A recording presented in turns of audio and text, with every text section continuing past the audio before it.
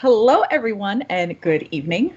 Uh, my name is Nicole, also known as Lady of the Crease. I am joined here by Becky, also known as Becky Bear. Say hello. Hi there. Welcome, Hi. everybody. Welcome. If this is your first time here, welcome. This is the VML. The VML is a weekly league showcasing talents of women and binary players in our Magic community. There are, oh my gosh, non-binary players in. Uh, there are 32 players in 4 divisions. Each of these players play a round robin, 7 weeks, so they each play each other once, and we cut to the top 12. This is week number 2. The matches you're seeing are recorded, but this stream is obviously live, and we are seeing these matches for the first time. So, yes, welcome. We would like to thank our sponsors, Card Market. So if you would check them out online, they are the #1 source for your card needs in the UK, cardmarket.com. Our first matchup this week, we're going to jump right in here. We're going to look for the week rundown and metagame. Oh, let's start with the metagames. That's a good place to start. All right, so this week we have, obviously, as most of the metagame is in Standard currently, it is pretty dominated by Jeskai Luca Fires with Urian as the companion, meaning that these are 80-card decks with 15 cards in the sideboard.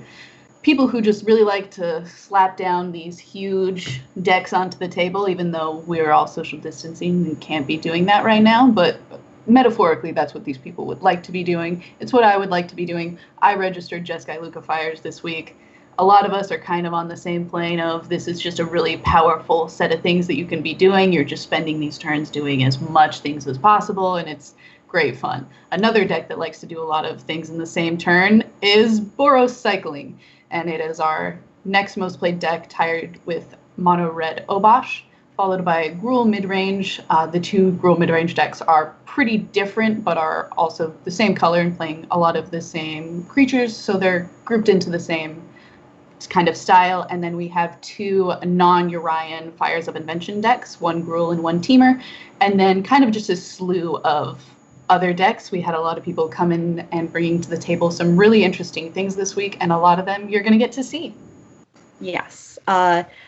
We have our, the Jeskai Luca Fires has its own thing going on here. You can see it's a good part of the field, but like you said, the other parts of the field, very, very straightforward game plans from something like cycling. They just want to cycle their cards, make a bunch of tokens, and Zenith Flare your face. Mono Red Obosh, same thing. They're just going to put their entire deck and turn it sideways. Gruul Midrange, same thing. Just stomp on your face. Everybody has a straightforward, a sort of plan outside of the Jeskai Luca Fires, just to try to beat this deck, because it seems like the deck to beat in Standard for the past couple of weeks now. So. Yeah, and it certainly rose to domination in the last 2 weeks. And yeah, as Code Indigo is saying, it's a nice cherry pie. We've got a lot of Luca Fires in this pie here. All right, and I guess now we can go into some deck lists for our first matches that we're going to be playing. See, this is what I was excited for, because I love H.G. Rose, a Season 1 VML veteran, always brings the spice. So, doesn't disappoint this week with the 4-color Titan's Nest. Titan's Nest. Yeah. So sweet. It is quite an interesting list. It's got Urian as its companion. For some reason, I was wanting to call them pets, but that's World of Warcraft or something else. No, it has Urian as its companion, and it's kind of just looking to do some not really combo, but combo-esque things with Titan's Nest. Also, we're going to throw out a little apology for it's she/her. Not sure. I don't know if I guess the S is extra, not the R is extra. So. Sorry about that. We apologize for that one. But we can go and see what H.G. Rose's opponent is going to be playing. And that is Anna Jane MTG, who is also playing a Urian deck, Petmander. There we go. Headmander's a good, cute name for it. So this is Anna Jane MTG, who's going to be playing a Urian Bant Control style of deck against the Titan's Nest deck. This is looking kind of a lot of like what we've seen from Bant decks in the past. It's going to be like a little bit of ramp, a little bit of just like trying to get good value, and obviously also control the game with some new counter spells from the new set, as well as some good old counter spells from the last set in Mystical Dispute. Yes, the Mystical Disputes, the Dovin's Veto, and I love the Night Pack Ambushers and the sideboard. I think that's going to be a good juke for Anna to have. I do like that card very, very much. For sure. Catch you off. Who do you think is going to be in a good position looking at these two decks going into this match? It's kind of hard to say because I'm very much on Anna's page here where she says, like, what are you watching from your opponent? It's like, I don't know what to expect from this deck. So going to be checking the deck list constantly to try to figure out, like, what to expect, what's going on. You know, what could Rose have in her hand right now? So I think this is going to be a good one that'll keep us on our toes, on the edge of our seats, too. So, for sure. All right. Well, then, looking forward to diving in. Yeah, let's go. Let's dive in.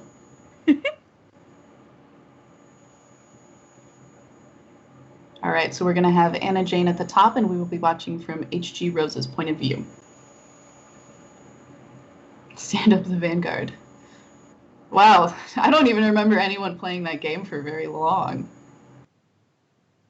I remember it.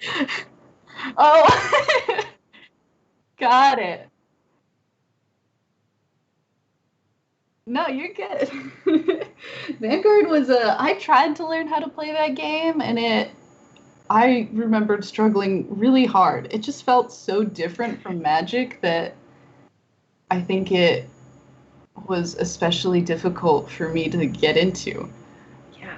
I'm not even good at Magic, so I don't think I want to pick up the other card game. All right, we'll see. We're going to be watching from Rose's side. We'll see Rose go down to 6 to start. 4 lands, an Oath of Kaya, and a Teferi. Go down to 6, but really kind of 7, because that Urian's just, hanging in the wings. Anna Jane will start us with the Temple of Plenty, though, from her side, after keeping her 7. We'll see where this scribe will go. Nice to keep 7 when you're playing the control deck. Any amount of card advantage is a really big deal for you to have. Yeah. We'll see that card go top.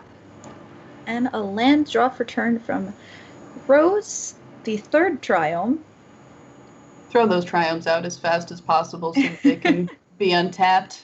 I imagine we'll be cycling one of these eventually, but I think we're going to likely see 2 Triomes be tapped for HG Rose just to get the ball rolling here. For sure. I mean, both decks have sort of a big mana, goal. They all want to make both of their land drops. So at every turn. So we'll see what ends up being. Pass back to Anna Jane. Shocking for the turn. An Agonizing Remorse, the draw for Rose. Ooh. A draw that kind of makes you think maybe you'll be shocking in one of these other lands to be able to play the Agonizing Remorse this turn instead of playing a tap land, going against what I previously said. I imagine Anna Jane shocked to... You could be representing like a Mystical Dispute for a blue spell, or you could be representing likely just a Growth Spiral. Yes, most likely a Growth Spiral. And Growth Spiral, definitely very good in this matchup. Like I said, wanting to make all of your land drops. We will see Rose play another tap land. Mm-hmm. Looks like she's deciding to play a little bit of a slower plan and set up as opposed to using the hand hate at this turn. Though the nice part about Agonizing Remorse is it can be useful even if your opponent doesn't have any cards in hand, because it allows you to still exile something from their graveyard, which I'm not sure matters a ton against Anna Jane's deck, but she is playing Uro, so it could allow HG Rose to get rid of an Uro from the yard if Anna is to play it on the next turn. Yes. So Anna will play a Plains off of the Growth Spiral, draw for turn, and a Scryland.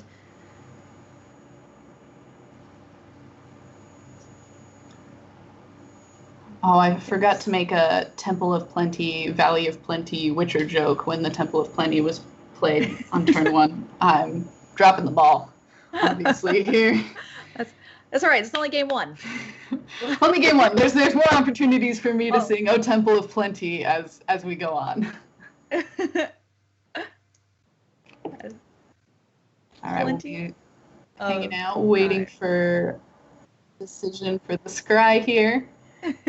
Toss a coin to your casters. Thank you, Nefet. That scry will go bottom, and there is your Uro. Coming the down Titan of Standard. I guess Croxa kind of exists, but does Croxa really exist with how much Uro has seen play? Like, if we're looking at the percentage of play that both of those cards see, I think it's pretty plain to see that Uro is the real Titan. Yes. I'm not even sure that I know what that Mythos card does. And now we won't see H.G. Rose hesitate at all to fire off that agonizing remorse now to see a hand of double Narset, Growth Spiral, and Dovin's Veto. I'm not sure what you decide to take here. It sucks every time you use a hand hate card and you see two of a certain spell, because it's like you take one and then it's like they don't really care.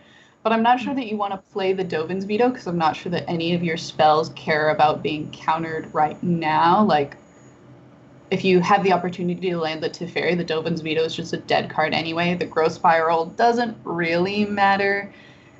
And you could decide to exile the Uro, but we see H.G. Rose just decide to take a Narset. Likely is just not wanting Anna to dig any more than she already had the ability to. Yes, and H.G. Rose has a Mythos for drew that for turn, so perhaps when we'll see end of turn, Anna will crack the Fabled Passage and get an island and then pass the turn back. I have to look up what this Mythos does. I don't know what that one does. That leftover Narset will come into play. That's the thing that destroys any... if you pay, like, Abzan, it destroys any permanent. At 3, it destroys a creature. Okay. I believe. Well, that's a good one. Okay. The set is new. I still don't know what a lot of the, like, more fringe cards in the format do. Sure. Okay, I couldn't read Nurqua. Oh, I don't... That was a nice draw on Anna's side. Anna activated the Narset and took an Elspeth Conqueror's Death. So, pretty good. And all right. We'll get to see the Mythos in action as it destroys the Narset in response to the Growth Spiral.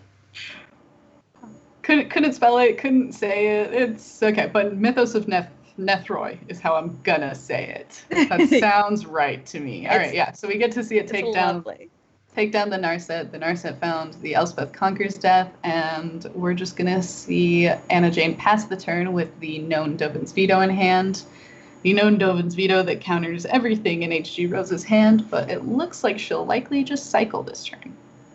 Mythos of Nerds. Fair. It's pretty much what it is. Relatable. Now, Anna will cast Teferi, Time Reveler. The first Teferi to hit the battlefield. As we know, Rose has had her Teferi since the opening hand. But we see Anna commit hers to the board first. Looks like it would minus on nothing and draw a card.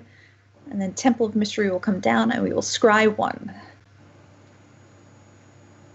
It'll be interesting to see how H.G. Rose approaches this next turn. She will have 6 mana in play and will have the ability to possibly just double spell Oath of Kaya into her own Teferi Time Raveler. It'll be interesting to see if she leads with the Oath of Kaya and waits for it to get Dovin's vetoed. Yes. But I imagine that this Triome is going to get cycled away, and maybe what she draws will alter her opinion of how she spends her next turn. All right, we will see Oath of Kaya first. That will be enough to draw out the Dovin's Veto from Anna. Fetch with a Fable Passage.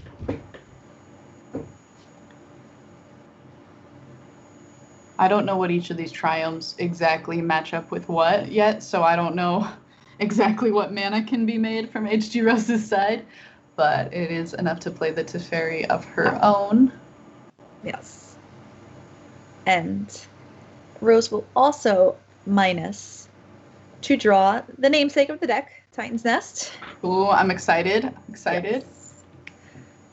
We'll see if we can safely land this one, but don't forget Anna does have an Elspeth Conquers Death in hand. It looks like that is going to be played.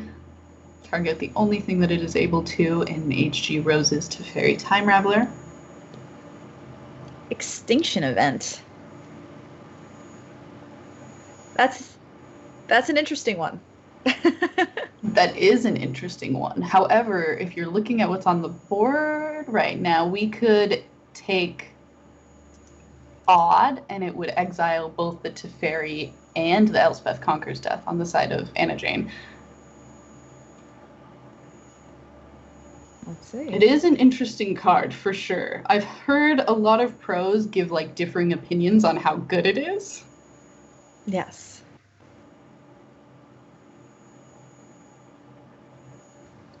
I know that Andrea Mengucci was saying that it was probably one of the better removal spells you could be playing right now.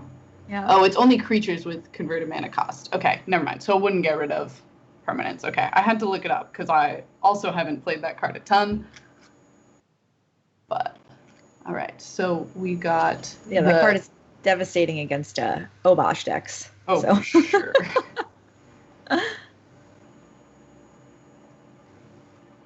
It would be really good against the Garuda decks as well, I would assume. So weird how that went from being like the hotness deck that everyone was like thinking was going to take over standard to like basically non-existent in the span of 2 weeks. That's usually how the start of a new format goes. It just is always really funny for me to see what people think is like this insane combo that like goes completely nuts and is unbeatable. And then somebody comes up with Jeskai Luca Fires.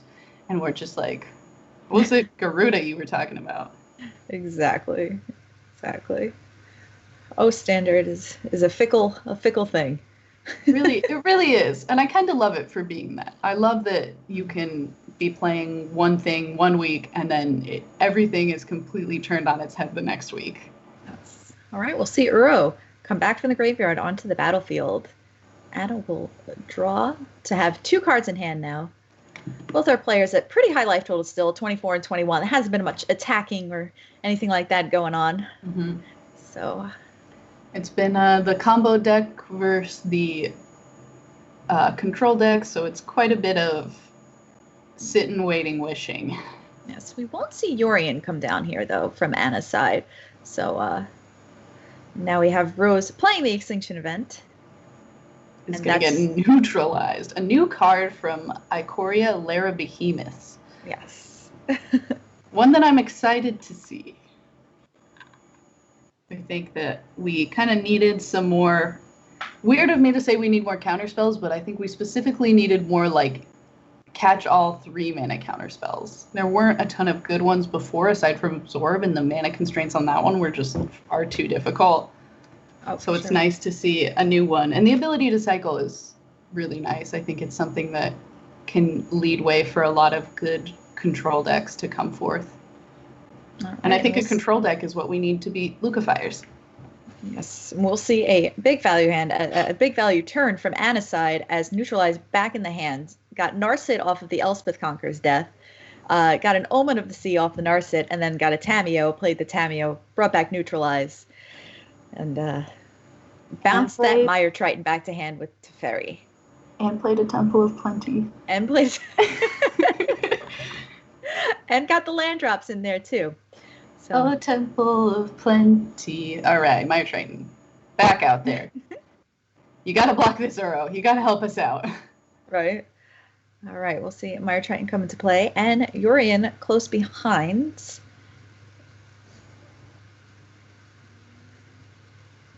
Yorian will blink Mire Triton. And put a couple more cards in the graveyard. Anna Jane choosing to use a Growth Spiral this turn instead of neutralizing the Urian. Urian? I don't know. I'm not sure. Me either. it is like Orion with a Y. Yeah. So I've always been Yorian, saying sure. Yo Ryan. I don't know. Somebody also made a meme that was calling him Yo Ryan, and like changed all of the Urian text on Yorian to Yo Ryan, and I was like, oh, this is hilarious. And so now I've just been saying Urian. Yes. But I'm not really sure what it's supposed to be or what is. Obviously, they're both correct, whatever you want to say, but. Yes. We'll see. Tamio unsuccessfully dig for a Shark Typhoon, Narset hitting another Narset, and Elspeth conquers death coming back down, along with another Teferi. So, which will once again bounce that Meyer Triton. Elspeth conquers death, taking care of the Urian. Yeah, now we're just going to be thinking about it way too much. Meyer Triton is the little engine that could. The little merfolk that could. It's trying to stick to this battlefield. It's trying its best. We'll see Omen of the Sea being cast from Rose's side. A pause from Anna here.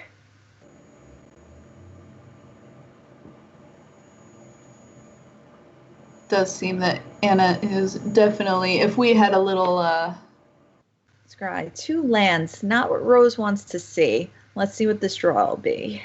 The draw is not gonna happen. Oh, draw is not gonna happen. Narset.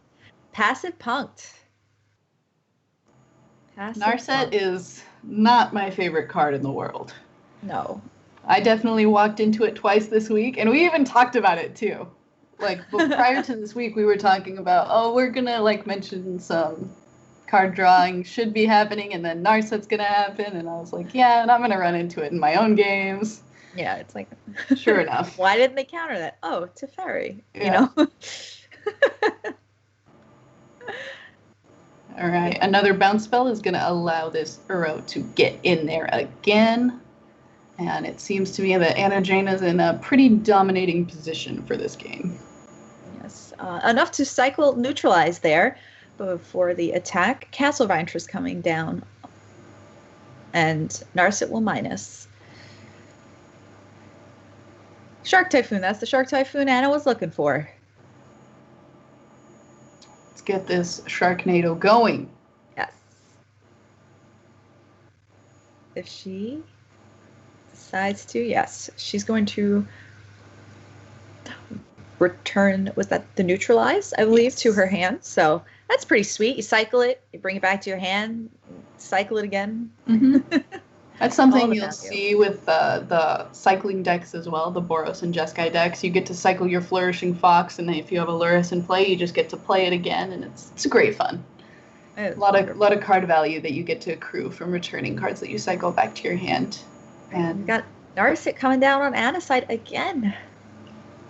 My goodness, so many Narsets. This time finding Mystical Dispute. Mystical Dispute still a player here, considering that Rose actually only has 7 lands in play. Mm-hmm. And is looking at casting a couple of 5-drops and a 6, well, as of right now, a 6-drop in hand because of the Elspeth Conquer's death. Meyer Triton will not hit the battlefield this time.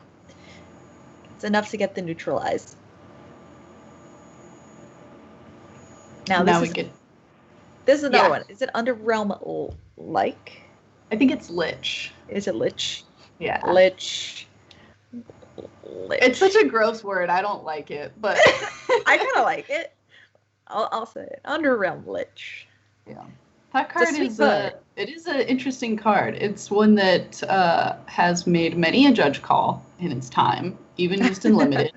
Hasn't seen a ton of play in constructed, but I think the place I've played that card the most is Commander in a Muldrotha deck.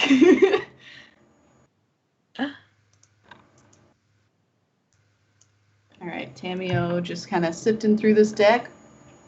The nice part about playing Urian with Tamio is you don't have to worry about, like, decking yourself as much. It's true. I feel like I decked myself a bunch when I was playing, like, the Sultai Command the Dreadhorde decks. Or, like, got close to being to the point where I had to worry about that. But if you're playing 80 cards, like, the chance that you get yourself self-milled is so low. It's great. That is very true. I remember those Command the Dread Horde decks. Oh, they were. I didn't want to. I was careful to kill myself or mill myself. Yeah. All right. We'll see the Brazen Borrowing come in for lethal on Rose. And we will move to sideboards. Elspeth Conquers Death. A snap ad here. Along with another Mythos of Nethroi. There you go. Say it right this time. Woo! You got it. This deck is quite spicy. Yes, it looks like our Oaths of Kaya's will come out, and as will the Extinction Events. And we're ready to roll. Ready for game number 2 here. Anna Jane up a game. I have to go look at the text for Titan's Nest. I'm curious exactly how it reads. But I can't find it anywhere. What the heck?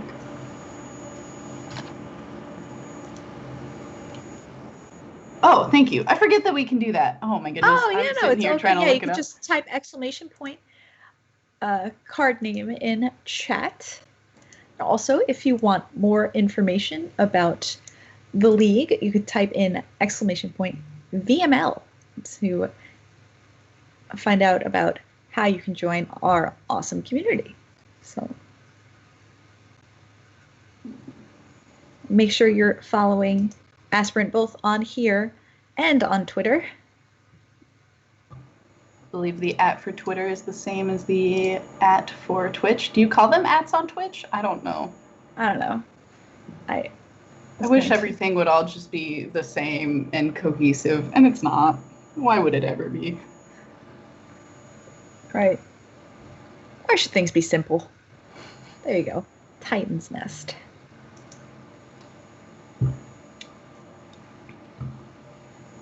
Cool card. An interesting kind of approach to a card that you would want to brew around. I've liked all of there's a bunch of the other enchantments that I've also like stared at and been like, somebody's gonna break this. Somebody's got to figure something out. And just like waiting for that to happen. All right, it looks like we're likely going to see HG Rose choose to play first. Imagine so. We'll look at this 7 here. Gonna go to 6. Yeah, that 6 is a little more action-packed for sure. It surprises me that she threw that to the bottom. I would have thrown one of the Elspeth Conquers Death to the bottom.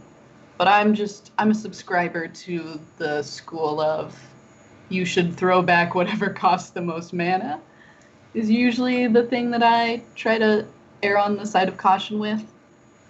So it scares me a little bit to be keeping these big 5-cost spells, though I'm sure HG Rose has played the deck much more than I, so no. we'll trust. Right. We'll see Rose shocked down to 18, prepping for that Omen of the Sun, and not Omen of the Sun, Omen of the Sea, not Omen of the Sun. We'll see enough of that later. That's a Luca card. Yeah, we'll see that one later. We'll see. That's a teaser right there. Anna Jane also shocking down to 18. I'm gonna stare off here. Omen of the Sea will come down, showing a Teferi and a Growth Spiral. We're looking for a 3rd land here. Yeah.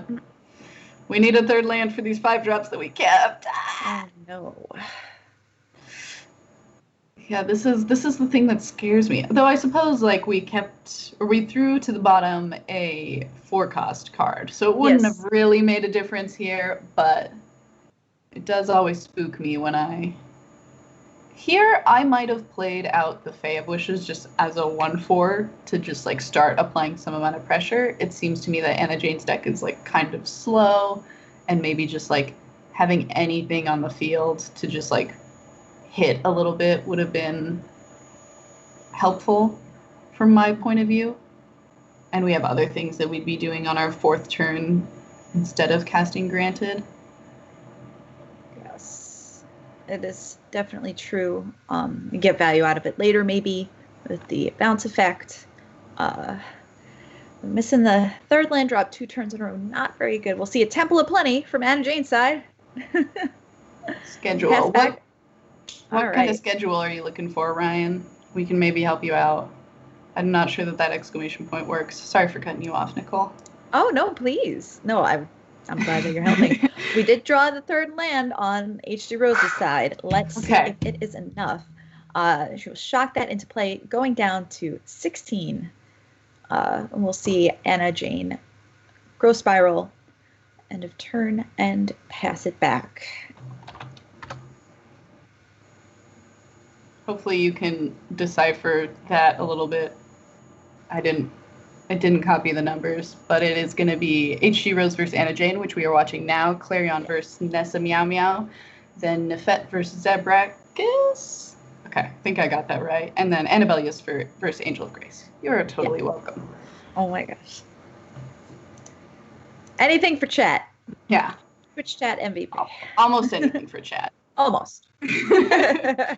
I'm not going to promise anything, but I will do my best.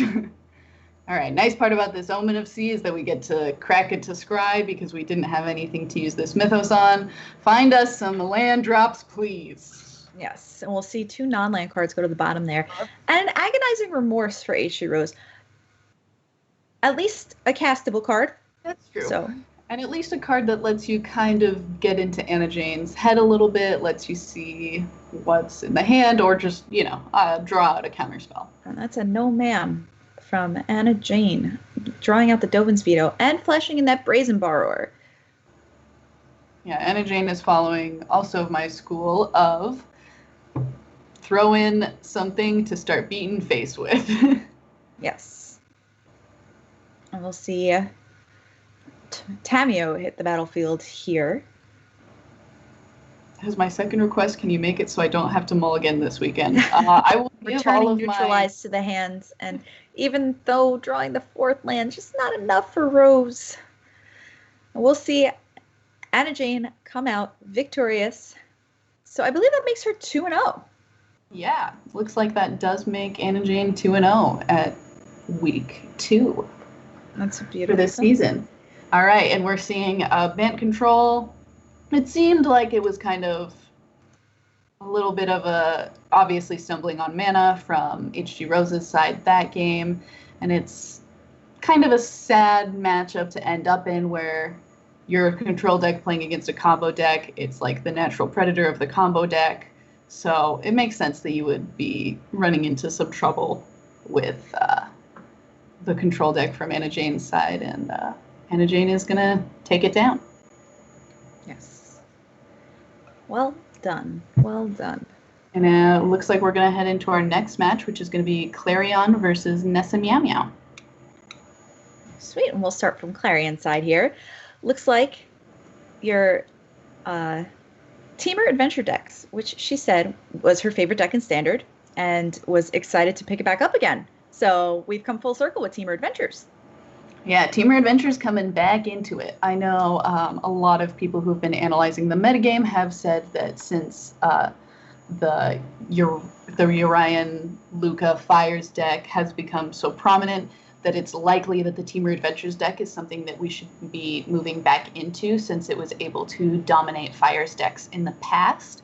So it'll be interesting to watch this matchup a little bit and see if the Teamer Adventures deck is able to kind of duke it out against the newer Fires decks. Yes, we need a hero. Somebody needs to take out these Jeskai Luca Fire Yorian decks because that's just too much of a mouthful. Somebody's got to stop the guy with the giant wing cat. Stop it. And maybe it'll be Edgewall Innkeeper with their Lucky Clovers. It would be really nice if Edgewall Innkeeper could stop the fires. All right, let's take a look at Nessa Meow Meow's deck. All right. From Nessa's side, Jeskai Luca Fires. Yep, and it looks like she's just got a pretty kind of stock approach to it. It's going to be the Urian sort of look into it with 80 cards, so lots of cards, and it's looking like you're trying to make some amount of tokens and then kill the tokens with Luca's minus ability, and it'll automatically sift through the deck until you find an Agent of Treachery, and then you're going to yoink something from your opponent's side and kind of just try to do that as much as possible. And just a quick side note, Nessa Meow Meow actually just recently partnered on Twitch. Oh, so yes. Make sure you pop over to her channel and give her a follow, a sub. say hello. It's twitch.tv/Nessa Meow Meow.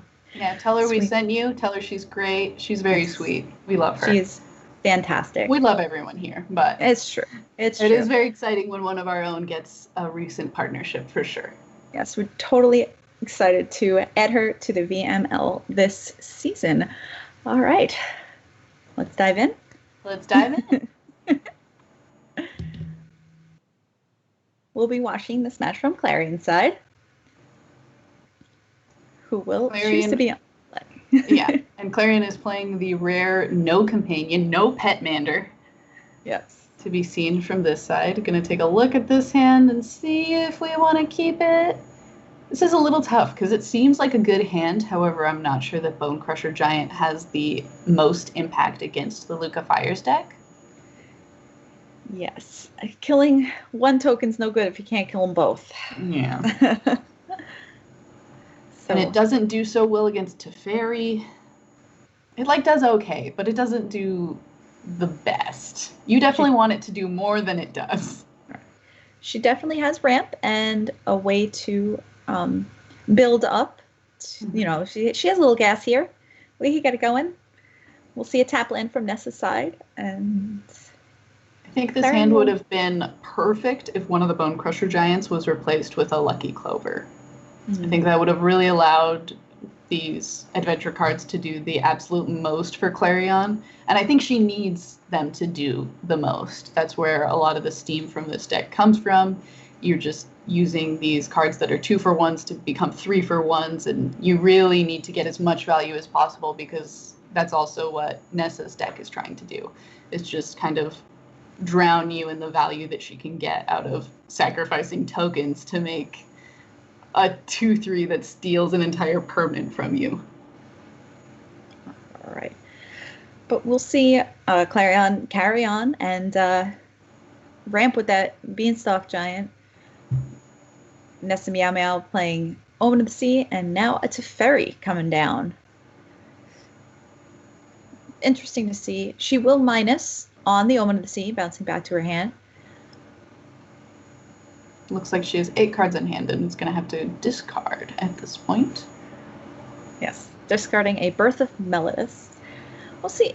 Edgewall Innkeeper, the draw for turn here on Clarion's side.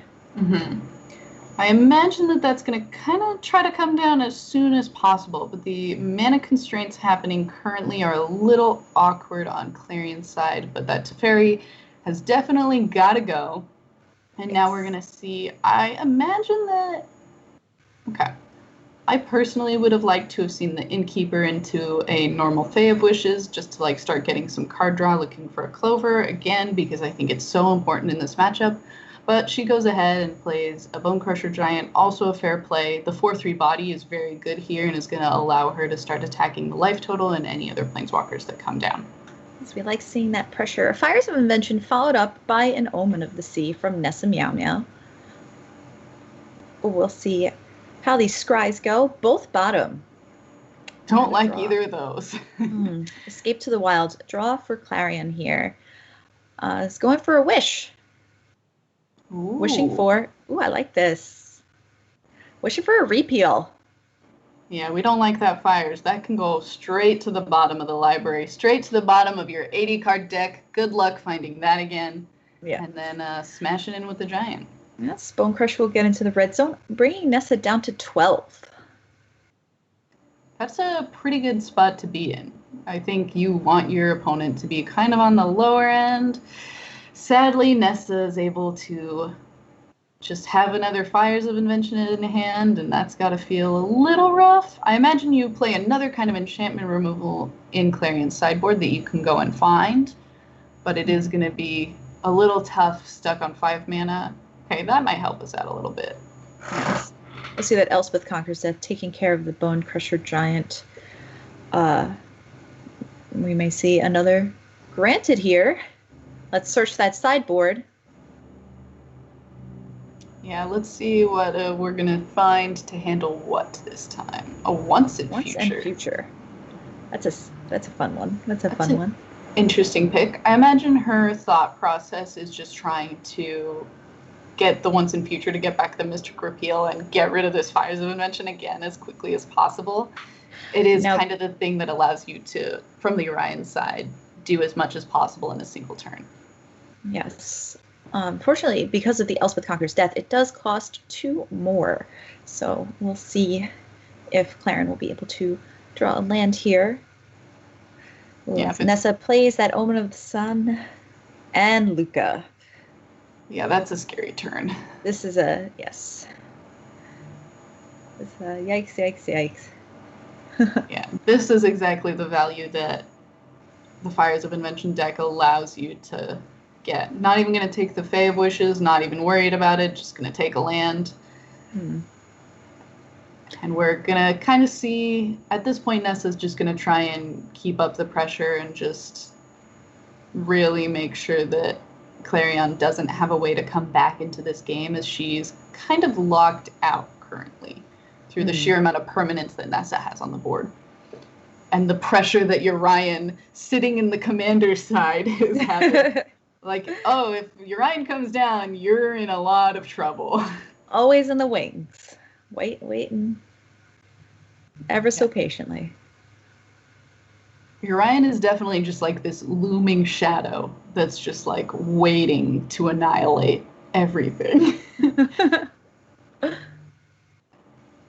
And with the amount of things that you could return. Fae of Wishes will ping Luca. It looks like flirting with Stomp here, deciding to cast the second Fae of Wishes instead and draw a card off of Edgewall Innkeeper, hitting the land drop. Always smart to do the thing that draws you the card first.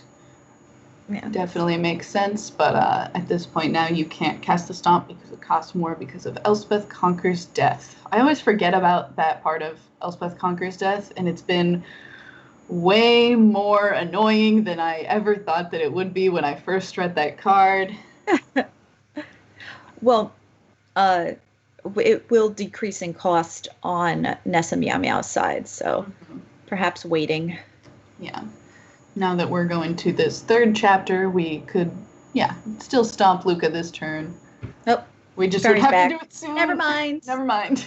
To be fair, I'm not going to get passive punked here this time. Not again. I agree with Nefed. Stomp is not a good flirting method. No. Though it is one that giants use quite a bit. Yes.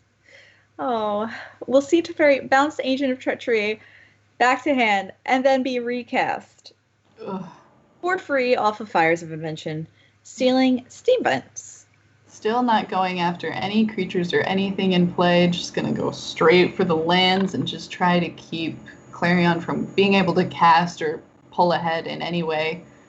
Get another agent. I imagine this turn we're going to see Urian come down, blink everything. Yep. Blink both the agents, probably the omens, and just go to Value Town. Oh, also the Teferi. Reset some of that loyalty. Let's go. Nessa has no more permanence. No more, but only for a moment. Ooh. Now, shattered the sky. Now that allowed Nessa to cast, because bouncing the fires allowed Nessa to cast a third spell that turn. So that was a good play. Wow. Yikes. Yikes. Well, we have a mostly wish board on Clarion's side here. So not sure that much actual sideboarding is going to happen if she will opt to leave it all in her sideboard. Oh, did she cut a land? Was that land? Fabled Passage. The land was already in her sideboard. Her sideboard? Oh, yeah. When she granted, I'd seen it there. English is hard. That's interesting. I imagine it's just like if you need to find the fifth land. It is an interesting addition. I don't think I've seen a ton of people do that. I kind of get it. I've previously in other wish boards and other formats seen lands be a part of it so that you just like have the ability to find a land if that's just what you need. Yes. So I'm a big fan of it. It is something I haven't seen a lot in Standard yet, but I think that it makes sense. As I've played that sort of style in other formats, I think that it makes sense And so it's nice to see it kind of coming into standard and some other people utilizing it. Yeah, I'm for it. I cut lands more than I would add them, but you know. Sometimes you gotta wish to find a land. Right? I'm just like, I gotta get lucky. We got literally wishing for lands, and then you actually wish for a land in game. Yeah. We've got Clarion shocking and breeding pool. We're just gonna dive right in. Looks like she's got a much quicker start here. Mm-hmm. Much faster hand to begin with, as we see a tap land from Nessa's side. Mountain will come in. Lucky Clover. All right. So we have both our engines in play this game. Innkeeper and Lucky Clover. Innkeeper getting in for one. Yeah. You got to get in where you can get in. Absolutely. So we'll see Nessa drop down to 19 and Clarion playing the Stomping Ground tapped and see Adventurous Impulse. Oh, revealing 3 right. lands. Well, I mean, at least one of the lands in our hand cycles. Yeah. And the other 2 will go to the bottom of the library. Mm-hmm. She takes the basic island. And it's not going to hurt her. And this Innkeeper getting in. Nessa's down to 18. It's exciting to see. Oh, no, sorry. Oh, please. I want to know what's more exciting. I'm just excited about the fact that we have both the engines in play. I mentioned the last game that I think that the Lucky Clover is one of the most important cards in this matchup, and it's likely going to be the thing bounced by Teferi for that reason. But it is a little sad that we don't have anything to accrue value. Oh, there we go. Okay. There we go. Now hopefully we'll be able to see some value coming in. Yes. So... And this Edgewall Keeper is going to eventually take down this Teferi. Innkeeper doing work this match. I love it. I love it. I can't get enough of that. Fear the turn 1 Innkeeper. I feel like I relate. I'm a bartender as my my job outside of Magic. Yeah. It supports my Magic habits. Mm-hmm. But so I relate to the Innkeeper. I was like, that's my man. That's my 1/1. I love him. It's a good 1/1 if you're gonna pick any 1/1. Yeah, he's a good one. We'll see Clarion wish for a Grafdigger's Cage as Fabled Passage will hit Nessa Meow Meow side, and we'll hit that 4th land. We'll see what happens here. Turns 4 and 5 usually pretty big. Ooh, no fires, just a pass. All right. We'll see Breeding Pool shocked in. Lucky Clover hitting the battlefield here. Ooh, okay. I was just about to say that I was interested to see if Nessa had decided to bring in counterspells. I know that the sideboard of the Urian deck is playing close to 6, maybe more counterspells. So I was interested to see if she knew enough about the matchup to be bringing in things like Dovin's Veto, things like Mystical Dispute, and if she valued them enough in this matchup to do so, and it seems like she did. I love it. It's great. Now we're looking at Clarion Innkeeper getting in, taking Nessa down to 17, and she will shock herself down to 15. Teferi is back. Teferi never left. What are you talking about? Teferi will minus on her own Omen of the Sea. Ooh, another cycle land. At least we've got these adventure creatures in the wings ready to come in, draw some cards. Edgewall Keeper gonna continue to just beat down these Teferis. Edgewall Keeper MVP. We'll see Fae of Wishes come down, drawing a card. Probably the more important than the 1/4 body is drawing a card. We'll see Steam Vents, the draw. I like drawing cards more than 1/4 bodies personally, so. Right, it's a beautiful thing. We'll see Fertile Footsteps being cast for the 2nd time. So we got a couple of Beanstalk Giants waiting in the wings for Clarion too, and now enough lands to cast them. Clarion is hovering the ability of Fae of Wishes that allows you to pay 2, discard 2 cards, I believe, and return Fae of Wishes back to your hand so that you could possibly cast Granted again. All right, we'll see that Omen of the Sea go bottom for Nessa as the turn goes back. Nessa has so many cards in hand. She does. It's like kind of overwhelming to look at. And whatever she has in her hand, she has +1, always having that Urian there. Mm-hmm. See the Temple of Epiphany, the land for turn, also scry to the bottom. Don't like any of these cards. No. She's not satisfied with any of them. Not liking what she's seeing.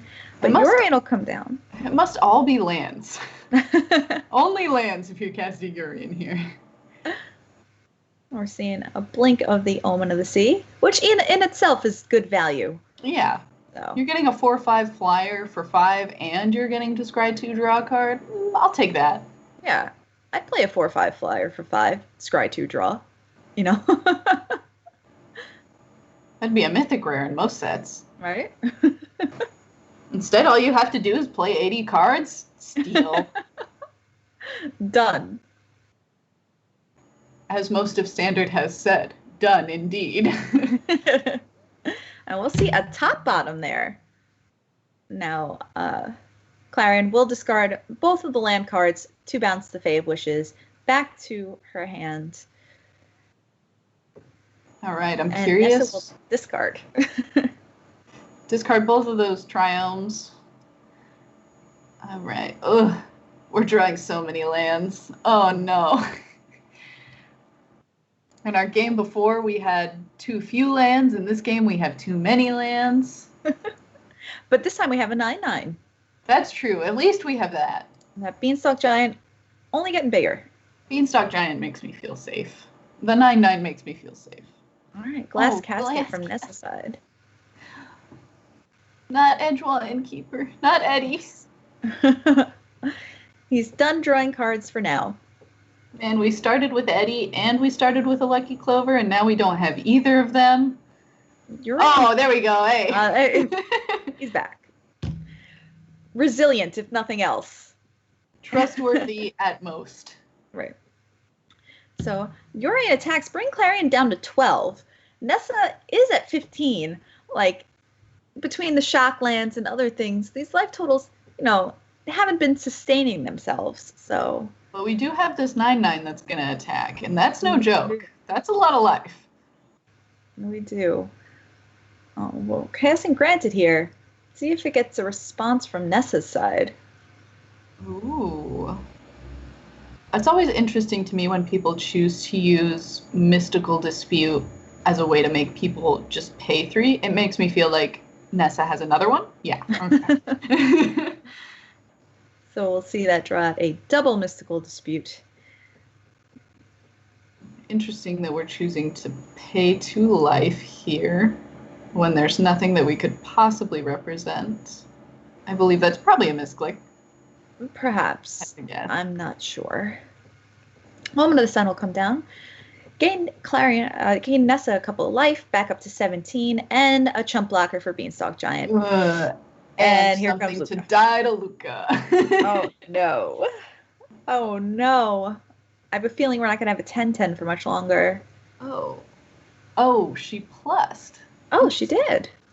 Okay, I definitely expected her to go, yeah, minus, and then...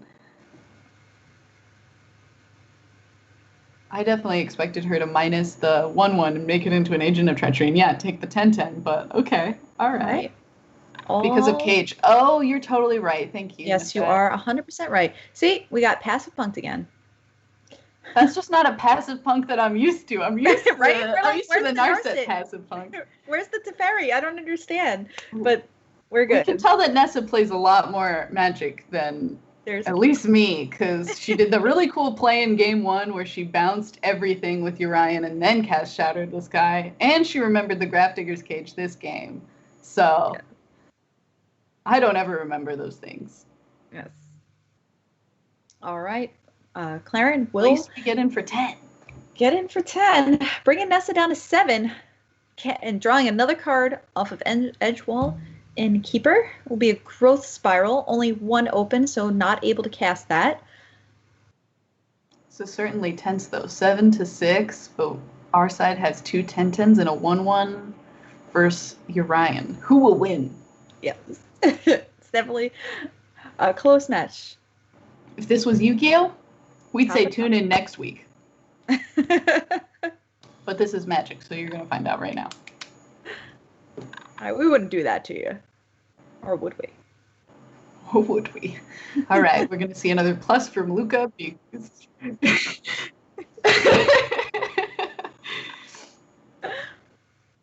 All right, and then a pass. All right, Urian is going to hold back. All right, let's see. Does Nessa have something to stop the beats? I imagine it's probably a Omen of the Sun. I wish there was a Magic anime. Supposedly, we're going to be getting one. Oh. Yeah, I be on Netflix. That. Yeah. I guess that. Maybe calling it an anime isn't technically. I think it's an animated. Yeah. I do believe it is animated, but not technically anime. If there's somebody in the comments who's going to be mad at me for that. Oh. Some of the shows being made in Vancouver, huh? Ooh. If Castlevania counts as an anime, then MTG does. I agree. I also agree that if Avatar: The Last Airbender counts as an anime, then the Magic anime will count as an anime. I'm so excited for the animated show. I'm very excited as well. It should be really cool. Even if it sucks, I'll probably still like it. But oh yeah, I mean, we're on the same page. I'm also one of those people who I'm not good at deciding what's a good or a bad movie. I'm just I don't know, if it fits, it fits. I will like it. Personally. My standard for things that I like is did it make me laugh in certain parts? Did it make me cry? Did it make me feel any ounce of emotion at all? I probably liked it. And that's it. All right, we'll see a couple of chump blockers jump in front of those giants out of desperation. So, yeah, I was going to say, if Urian is a chump blocker. And let's see. Clarion casting granted, going with a disdainful stroke. Mm-hmm. And able to do it again because of the lucky clover. Good. Ooh, do we have enough mana to explosion? Get Fling. Yeah. You're totally right. Fling would be open perfect. At the moment. Oh, Fling would be great. We'll see Nessa scry 2 end a turn. Yeah, Fling would be an attempt at lethal here for sure. I don't believe that Nessa could win next turn, so even if she had something like a Mystical Dispute to counter the Fling, that would have been... All right, we got bottom. Everybody hold your breath. I don't think that there's a ton of ways that Nessa can come up with a haste or deal 6 damage randomly, unless I don't know what this card is. Mythos of Illuna. That's making a copy of the thing. So, although she does know about the disdainful stroke, so Clarion will stroke that. We'll see a land drop from Nessa's side, and another plus from Luca. Showing nothing. And that'll do it. We're going to go to game 3. All right. I'm going to use the chat thing this time. I'm not going to go. Ooh, what are we chatting? I'm trying to look up Mythos of Illuna, but I did something to type it wrong. Oh, I have to do card, right? Oh, yeah. I'm bad. I'm trying to figure this out. I'm pretty sure you have to type exclamation point. Thank you, Anna. I'm trying to figure it out. I guess that, it makes sense. I just am silly. Okay. Oh, it's a card. And yeah, if you spend the right mana, it fights something. Oh. If it's a creature. All right. That's a spicy addition. Right, let's do that. All right. See Clarion 7 here.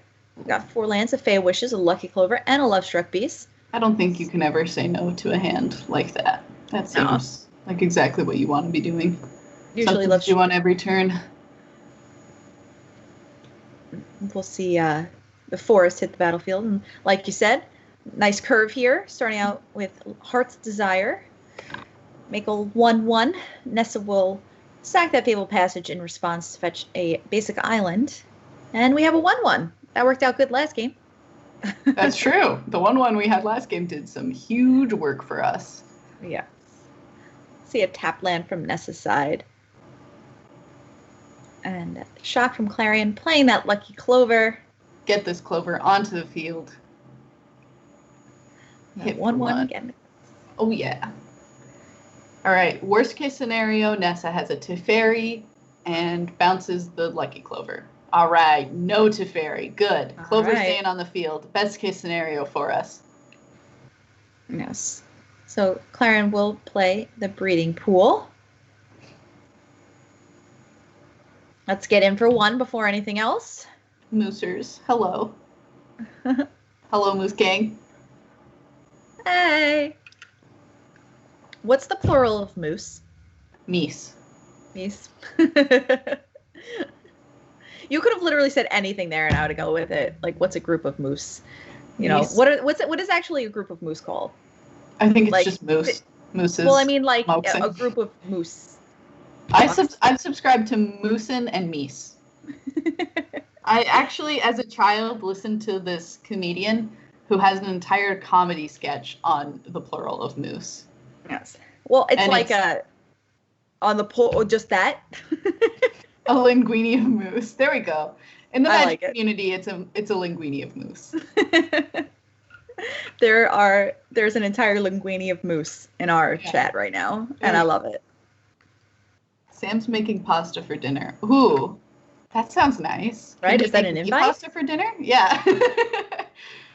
We'll see. Fae of Wishes granted being cast for a Grafdigger's Cage and a Mystic Repeal on Clarion's side. So getting ready for the fight. Ooh. Omen Sun coming down. Oh no. The 1/1. The princess. No. Lovestruck Beast and his princess swing in and get stumped by 2 1/1s. And they're strategically saving one of the 1/1s because I imagine there's going to be a Luca. Oh my. All right. Yeah, we hit that 5 land point. The 1/1 will attack. Oh, that 1/1's going to, definitely get in there. Get some value, then get sacrificed to become an agent of treachery. Right. No, it's sacrifice to the greater good. I always just imagine that it's Luca doing just like a bunch of blood sacrifices with all of these other creatures. We'll see Nessa go after Clarion's only red source here. The 1/1 attack is strictly correct. It's not. Yeah, I always forget to. It is the most correct thing, but it is also something that I always forget. It's funny because I'm kind of glad that like Arena sort of prompts you, it reminds you. It's like, oh, you should attack. Like I would like never remember this in paper. So. So thank goodness it's doing a little bit of help for me. Absolutely. It's the same thing with like when you have planeswalkers to activate, they're like illuminated. Because I'd always forget to activate certain planeswalkers at some point too. Oh yeah. I mean, I've definitely looked up and been like, wait, whose turn is it? Like, yeah. So having clocks and reminders and all sorts of things is the I more do the wish better. It was a little more obvious whose turn it was because I do the same thing. And like sometimes I'm like, okay, they're like kind of illuminated, but I don't know if that's just cuz or if it's because it's their turn. I wish they made it like a little more obvious. All right, we'll see Luca get taken care of by that Lovestruck Beast, which was able to attack because of Edgewall Innkeeper. Glass Casket coming down now, though, from Nessa Meow Meow's side. Nessa, only 2 cards in hand left, so... Are we calling Eddie the new Sleeping Beauty? Keeps getting put in a glass casket? Poor Eddie. Eddie's so beautiful. Eddie can be Sleeping Beauty. I do. I wonder if we'll see Mystic Repeal get rid of the glass casket to get Eddie back. I wonder. Well, we'll see, because Yorian's going to blink some things. And... Not casket. Blinking the Agent and the Omen. What's Agent taken? Well, the Omen will make 1/1s. Ooh, you're right. But it doesn't look like... It looks like we're more interested in just taking away those lands. Well, we saw that in Another night Eddie. 1, too. Nessa definitely prioritized taking Clarion's lands as opposed to a lot of other things. Mm. Which I think is interesting, because I think it's really kind of sometimes enticing. The idea, I just hit my mic. Hopefully that wasn't. No, I can hear you. Okay. Get into it. We love it. Sometimes it's really, as I've been playing the Luca Fires deck a lot this week, as I'm sure a lot of people have, it's sometimes very enticing to try and take important cards from your opponent's side. But every single time Nessa has chosen to instead just like take lands and kind of keep Clarion off of being able to cast 2 spells a turn. Yes. Now we'll see that Innkeeper come into play, and Fae of Wishes actually being cast over granted because of the mana constraint on Clarion's side, but we'll draw a breeding pool that comes in untapped off of the Fae of Wishes, and we'll get across with Lovestruck Beast, no blocks. Yeah, you don't have you could throw like Urian and a 1/1 in front of it, but you probably want to keep your 4/5 flyer when your opponent is at 9. And the Glass Casket could get rid of Lovestruck Beast, but it makes more sense to just take Eddie and keep Lovestruck Beast from attacking. Maybe now we'll see a Mystic Repeal take out one of the Glass Caskets. We'll see. Yeah, we'll see Urian and Agent of Treachery come into the red zone. Clarion is at 9, so the life totals on both sides are no joke. This is a tense game. Ooh, Clarion choosing to block Urian and save as much life as possible, which I think is an interesting decision. Yes. Well, Clarion did choose to shock in the breeding pool, I imagine, to leave open the option of Mystic Repealing something that might come into play. Nessa shocking in a Hallowed Fountain and casting Dream Trawler. That's a big one. That is a big one. That's a big life-linking one, which is the really scary part. Yes. Nessa now has lethal in the air, unless Clarion can do something about it, and will shock again down to 5. Fae of Wishes has to come down. It's the only way that you don't die in the air, at least. Also a Brazen Borrow in hand on Clarion's side, so we'll see. When I said Fae of Wishes has to come down, I meant as a 1/4, not as granted. Yes. I don't think that there's anything that we can find. We played a land for the turn. I don't think there's anything that we can find that keeps us alive against what's coming in. Yes, unfortunately, I don't know if we'll be able to cast another spell. Let's see, Soul Guide Lantern exiles thing, and Shadow Spear costs 3 to play and equip. Not like we'll we get have that Fable Passage. We could attack with. We do get to choose 2 things, but I still don't think there was even one thing in our sideboard that could save us. She'll choose to take the Storm's Wrath. Well, we can still play the Fae of Wishes as a 1/4. We don't have the mana to play it as a 1/4. Oh, we already played a land. You just we played the Stevens. So it looks like Nessa's going to be taking this game with the Flying Onslaught. Yes. Coming in with everything, but a 4/5 and a 5/5 flying over your head. Looks like that will do it. The 5/5 going to jump in front of Ancient Treachery, but not quite enough, as Nessa will take it down. So Nessa will move to 1-1 in the league. Okay. Good game. Good game. Good game indeed. All right. That felt pretty intense. That last game definitely was coming kind of down to the wire between the two of them. It was a little scary for you both to be at sub 10 life against either of those decks. Yes, the life totals were low, and when Clarion was able to get out on the battlefield quickly, you could see it was a much, much different game. So yeah, exactly. And you saw even like how different you were able to fight back when a Lucky Clover was in play on the side of the Teamer Adventures deck. So I think you kind of got to see exactly how it's trying to combat the Fires deck, but like I said, the Teamer Adventures deck is something that previously dominated the Fires decks, and it did not take down the Fires deck this time, so maybe it's just not the answer to the Fires decks that people are coming up with now. We're still looking. We're still looking for our champion. We're looking for our hero to beat Urian. Yes, to beat Urian and to beat Luca. And let's go ahead and go into our third match. How about? Yeah. Well, let's try it again. Let's look at one of our other casters, Nefet. Hi, Nefet. So all right. Nefet also brought Jeskai, Luca, Urian Fires this week. Want to know so far? We got our Elspeth Conquers Deaths, our Aether Gusts, Narset, our Dream Trollers in the sideboard again, Shark Typhoons, all that good stuff. All of the good ones. And some spicy things from the sideboard I see. Now I'm looking at sideboards after the Mythos of Aluna in the first one. The Wanderer out of the sideboard for Nefet. So it'll be interesting to see. I don't know if it's going to matter in this game, but it is cool to like see kind of some of the spicy things that people are putting into their pretty stock Luca Urian Fires decks. Because most everyone is playing close to the same main deck at this point. It's just trying to see who's like tuning those few sideboard cards to be kind of groundbreaking.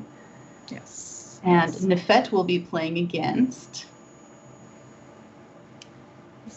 Zabracus, and Zabracus is playing Teamer Fires. So this is one of our other Fires decks. We had one Gruul and one Teamer Fires deck, and I believe that this one it is Kahira is the companion for this one. There's a Karuga in the main deck, but I believe the companion for this one is Kahira. Yes, it is Kahira, and we have some like good cards here, and it's funny because Karuga in the main deck, Kahira is the companion. I love the Shifting Ceratops. That card's very, very good against Syria. Can't be stolen because pro blue. Oh yeah. So I think it'll be a big important card in this matchup here. Growth Spiral also very important. You know, need to ramp up, get your fires down first. I think that's what this is going to be a race for. Who can stick their fires? I'm also very excited. Zabracus' deck has Aluna, Apex of Wishes, and I've been playing a lot of a Omori kind of beasts deck that is playing things like Aluna, Apex of Wishes, and Auspicious Sterix. And you're also playing the Baby Craterhoof. And it's a blast to play. When it goes off, it goes off. But it's made me quite fond of the Apex of Wishes. Oh, so I bet. Let's go into this game, yeah? Yeah, I'm looking forward to this version of Fires. Oh, yeah. I think a turn 3 Fires, I think it's just that much more important. You can grow Spiral into a turn 3 Fires. That sounds great. Sign me up. But we will be watching from Nefet's side. Yeah. All right. Oh, good. So all right, we'll got this aspect ratio fixed. There we go. All right, let's on the fly, doing it live. Love it. Yeah. Again, we are casting live. The games right? are pre-recorded, but we are casting these games live. We have not seen these games. We do not know the results of these games. So everything that Nicole and I are saying is literally doing it live. Yes, exactly. Doing it live. Zabracus? Is that Mighty Linguini? Zabracus? Zabracus? I'll go with I don't know. BRB, something on fire. Oh, goodness. Oh, that's great. I hope it's not. Hopefully that's not super literal. Right? So we are going to see Zabracus does get down the turn 3 Fires as I mentioned, but the follow-up is just another Growth Spiral, playing another Temple of Abandon, but now does have 5 lands in play on turn 3. We'll see Nefet play the Teferi Time Raveler from her side and bounce that fire right back to Zabracus' hand. Yeah, Teferi's very calm and cool. Just says, "Nah, I don't really want that fires in play. We're just gonna say no." But throw it down again. Teferi is not the Reflector Mage, so we can play this Fires of Invention again. Have 6 mana in play. Let's see what we can do with it. And it seems like we're just gonna Kahir. Yes. We'll pass back to Nefet, who draws an Omen of the Sun for turn. So if we're looking at Nefet's hand, she has Omen of the Sun and Luca, but she also has an Ancient of Treachery in hand. So yeah, and it seems like we've got quite a bit of land, quite a bit of things to do, but this is the big terror from the side of the Fires deck. It is a Cavalier of Flame with much mana open, a second Cavalier of Flame, as if the first one wasn't terrifying enough. We have 2 Cavalier of Flames, and much haste is going to happen. All right. I mean, that is a lot. That's a lot. At least we can see Nefet has this Omen of Sun, so I'm not quite as scared as I would have been.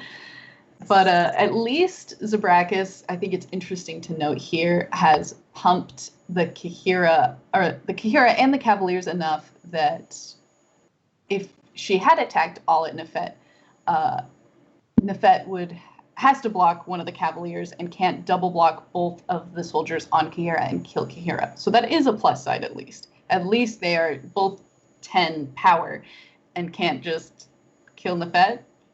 Or maybe we do gain life off of the Omen. I'm sorry. We could still take 20 and that is an option. Yes, especially knowing that we're gonna Luca next turn and could we're gonna Luca, but if both of our soldiers die, we can't make an agent. So this probably is right, and just let Teferi die. If Teferi Blance was Electrum Mage, that would be sick. It would not be sick. It would make me hate the card more than I already hate it, and I'm sure I'm not the only person who feels that way. Yes, so both of our tokens will die, as will Teferi, but we live to fight another day. We'll see Shatter the Sky, allowing Zabrakis to draw a card before clearing the battlefield. Nefet will then play a tapped Sacred Foundry for turn and pass it back. Thinking about playing the Triome, saving it for cycling later, most likely. Mm-hmm. All right. Yeah, you mentioned that you were very happy about seeing Shifting Ceratops, so here it is. It's likely going to be given haste. I love it. I love it. I love it. Little speedy Ceratops coming in. Just give it reach for good measure, right? Oh. Yeah. Ooh, the cleave. Ceratops with a sword. We're here for it. All right, yeah, let's level Nefet down to 10 life and see what she can do about this. Rut-row indeed. Rut-row, Raggy. Yes. All right. Yes, Nefet drawing Glass Casket for the turn. Sort of a blank here against this deck. Sort of can take care of the Kahira, but we'll see. It's a big turn here. It's a lot to think about. I'm trying to think of the ways that we stay alive. I think the big one is that we play Urian and bounce the Omen of the Sun, but then we're throwing a lot of chump blockers. We could play Luca, but we don't have a way to steal Shifting Ceratops. Glass Casket doesn't take care of Shifting Ceratops. Embercleave gives Trample, so Shark Typhoon doesn't get big enough to block it. I think the only way that we live is by casting Urian. Gain the life and chump block, and hopefully use the newly made tokens from Omen of the Sun for Luca next turn to steal the Embercleave. Yes. I think because it's important to note that actually Urian can't block it, and the Embercleave, Ceratops has Trample. Can't block it. You're totally right. So, and Omen of the Sun makes the 2 tokens, but Ceratops has Trample. So. True. All right. Well, we live at 1 if one of these goes in front of the Ceratops. So. Because it's 12 damage coming in if we don't block it. So if we block 1, we go to 1. Assuming that Zabrakis doesn't play something else here. Yes, and the Ancient of Treachery can steal fires or steal the Embercleave or something. So let's see. Embercleave is. We going to 1? Yeah, I think that's the plan here. Oh gosh! Everybody count down from 12. Yeah, Nefet is confirming in chat that we go to 1. We are certainly going to 1. Nefet, lead on. All right. And I imagine that if I was playing this, I would be going and taking the Embercleave. Though it is possible that the correct answer is to take the fires, but I think the scary part is trample. The shifting Ceratops has the ability to give itself trample already. So it's hard to decide. Oh no. We need Zab to play a creature. She did not play a creature. Yeah, so she didn't. She didn't play anything for us to steal, more importantly. Exactly. So. I love being at 1. It's just like being at 20.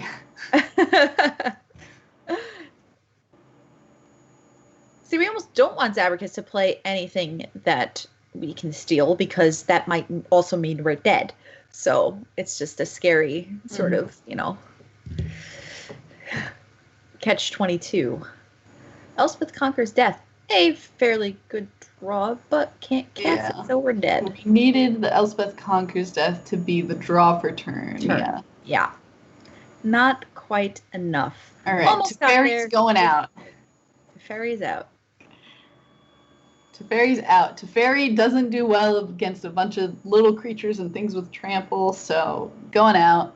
Narset's going out because there's not a ton of ways that Zabracus's deck is going to be drawing cards, and we don't need to dig things as much. We need to find answers, so we're putting in all of our smaller removal and smaller answers. Yes, Disenchant, Aether Gusts, Disdainful Strokes, things like that. If we stole fires, we had no way to live through the giant trampler. Because we steal fires, even if we cast Luca, we don't have anything to sack. I don't know. How much did you study Zabracus's deck in anticipation for this sideboarding, Nefet? I'm curious. I want to know how much thought, that stupid edit was so close. All right. Oh, we'll see. Yeah. This hand seems fine. You have one of the most important cards in your deck. Shark Typhoon is also an important kind of combo piece, and Aether Gust is definitely nothing to snuff at against Zabracus's version of the deck. I think that this hand is fine, though I could also see wanting to find something a little more interactive. Okay. We'll see Nefet ultimately deciding to keep here. And we're off. Starting with the Triome. Obviously coming in tapped. And we will also see a tapped land from Zabricus' side. Luca, the draw for turn from Nefet. It's a perfect draw. One of the pieces. Almost the perfect draw. It's definitely a good one. Yes. We'll see another tap land from Zabricus' side. And there you go. That's the spice you wanted. I do get to see the spicy. Yay.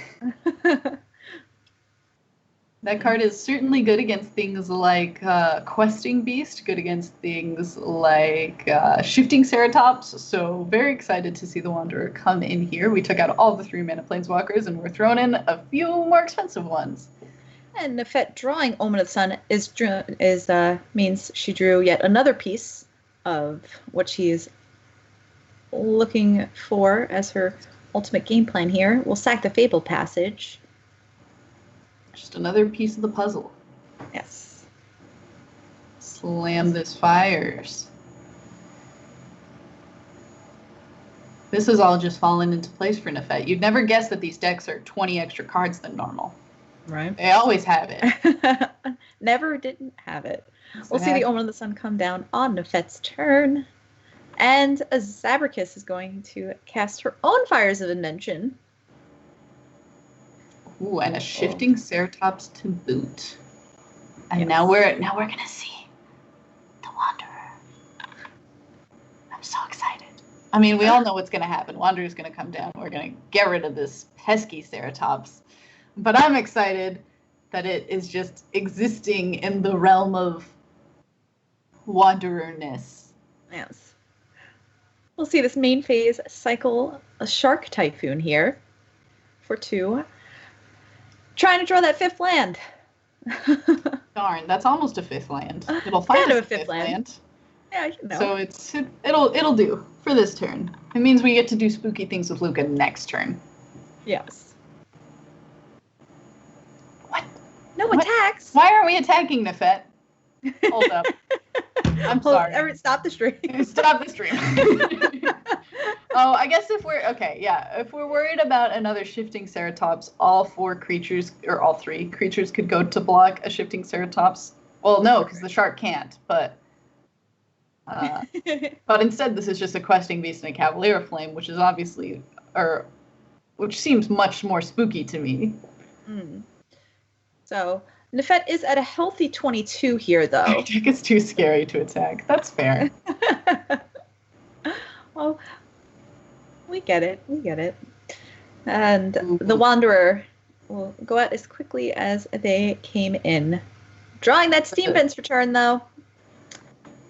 We're getting to see the really cool ability of Questing Beast, where if it deals damage to your face, it also deals damage to all your other limbs, aka your planeswalkers.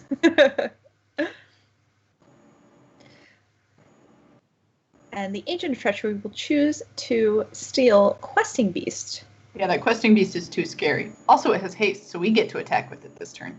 Yes, having haste and being a good blocker and having Death Touch is definitely a plus. Flirting with Urian. Yeah, Questing Beast just does it all. Yeah, does everything. Let's blink Agent of Treachery and Luca and Birth and Omen of the Sun. Thinking about Fires of Invention? If we blink the Fires of Invention, we can Ether Gust their Fires of Invention on our turn. Ooh. Now I'm going to start thinking, maybe I shouldn't have registered this deck this week. I should have waited to watch everyone else play this deck and then played it. Right? Because now that I'm watching everyone else play it, I screwed up so many things and played it so badly. In other words, Nefet, we understand why you didn't attack. So yeah. But I'm also like, every time somebody like blinks a Fires of Invention with Urian, I'm like, wow, that's such a galaxy brain play. I would have never thought of it, and apparently everyone else did, and I would never cross my brain. That's not just like, why am I going to blink that? Turn everything sideways. Let's go. Yeah, exactly. It's my kind of magic. We'll see Zabricus recasting that Fires of Invention, but staring down a whole board of cards from Nefet's side. We'll see it. Cavalier, the follow-up play. Discarding 2 lands, drawing 2 cards. But Nefet at 18, I don't think Zabricus can put enough lands in the bin to cause any type of... Yeah, if we had an advantage bar, it would be way on Nefet's side right now. Yeah, that's enough for Zabricus, and Nefet will take game 2. All right, we're going into a very, very sweet game 3. Let's see if Nefet decides to change anything, though I don't think that she will. She seemed to really feel confident in her sideboard decisions, as we could see in chat. She's a big fan of the minus all 3-mana planeswalkers and bring in some more like defensive answers in the form of the Wanderer. Just get rid of your pesky things. Zabracus is from Italy and Hayu is from Serum Visions. True. Many of us are born from the Serum Visions. It is true. All right, from the vet side, we'll see 4 lands, 3 spells. On the draw this game, though, Zabricus will start out with an Arboreal Grazer. Card I haven't seen too much of lately, honestly. I love Arboreal Grazer. Arboreal Grazer is especially great with Kikira. Kikira just turns it into something that's a little more aggressive, and then you're just like, oh no, I'm being attacked by a giant sloth. Wow. And I love it. Nefet will opt to play the Sacred Foundry first tapped, and we'll pass the turn back to Royal Scions. Also another card I haven't seen too much of. So I did play against a deck that had Royal Scions in it, and it was like Arclight Phoenix Sprite Dragon, blue-red spells, and was playing Royal Scions, and I was like, oh, this is really interesting. I beat it very easily, but it was a cool deck to see. Yes. All right, I imagine that we are now digging to find a Fires of Invention, the card that is going to allow us to accrue the most value, discarding a Tail's End. This is an interesting card that we don't see a whole lot of. Yes, I imagine to answer Luca, and we'll see Kahira the play. And there you go, you got your sloth. I got my little attacky sloth, yes! They're getting in there. I like that we like to cheer on the little guy. Yeah. Like the 1/1, the Edgewall Innkeepers, the little sloths. The Innkeepers, the O3s. The 1/1 soldiers. Like, get in there. Exactly. Put them in the red zone. Those points of damage matter. You gotta remember. So I do, okay, I get it, Nefet. Sometimes it's a little too scary to attack, but also attack. So we'll see Nefet shock in a Steam Vents, bringing her down to 17 and passing the turn back, leaving up 3 mana. Royal Scions will loot again. We're really, really digging here. And I really like Kahira. Kahira's so cute. Big fan of Kahira. Discarding a Mystical Dispute. You don't need Mystical Dispute if you plan to have a Fires of Invention in play. However, that didn't go super well. No, it did not. As Sylvan's Veto came out of Nefet's hand to take care of that Fires of Invention. A pass back.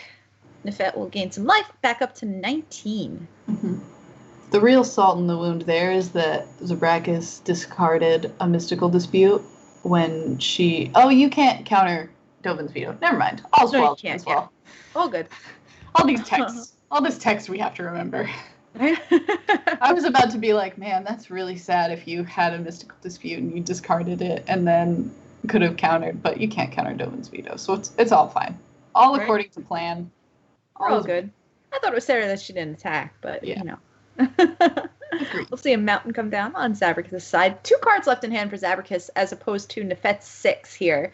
So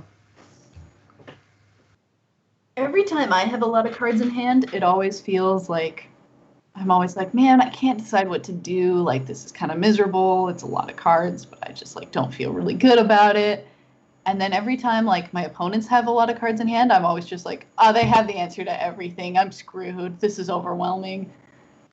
For me, whenever I have a lot of cards in hand, it's bad. It's overwhelming to me and my brain. But if my opponent also has a lot of cards in hand, I'm like, they've got everything. I'm screwed. Mm-hmm.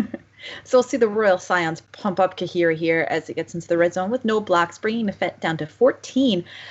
Now, it looks like Zabrakis does not have a second blue to activate the Castle Vantress. Mm-hmm. And end of turn, Nefet will cycle the Shark Typhoon, making a 2/2 flying shark. I want to know what the meeting at WotC was like when they decided they could make a flying shark. I want to know who was like, you know what would be really cool? Flying sharks. Sharknado. Yeah, you seen the movie Sharknado? What if we did that? Absolutely not. I will never watch it. I don't know if I could watch that movie.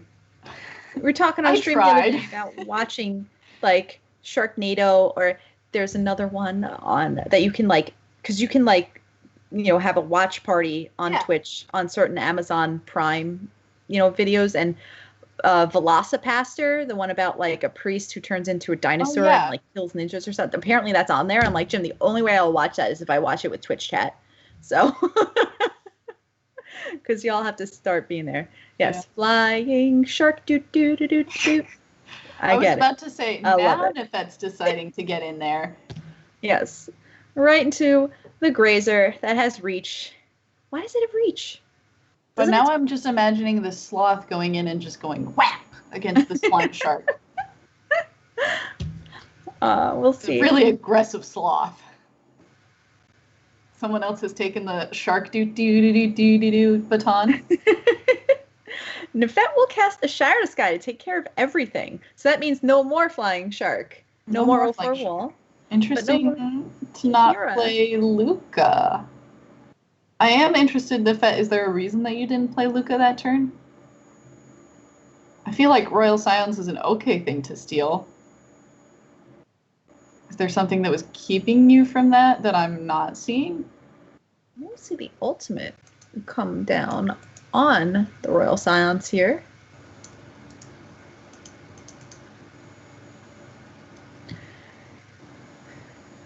bringing Nefet down to 7. So Zabricus has reloaded here. All right, well that looks like a different card, but it is a Luna, Apex of Wishes. Yes. And then the immediately drawn Elspeth Conquers Death to make me very sad that it is likely going to get killed. Yes, we'll see what Nefet decides to do.